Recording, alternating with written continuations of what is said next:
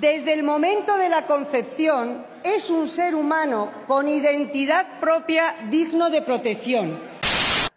I quan entren en conflicte el dret del no nascut amb el dret de la mare, mai pot prevaldre un per damunt de l'altre.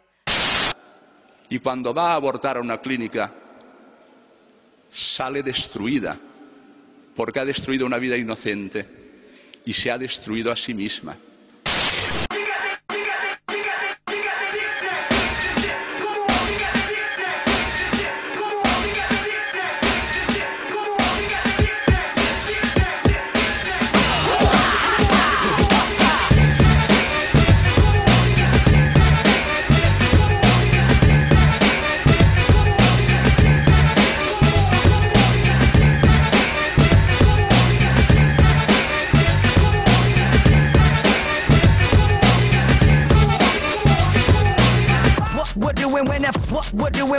What we're doing when the fat boys tripping.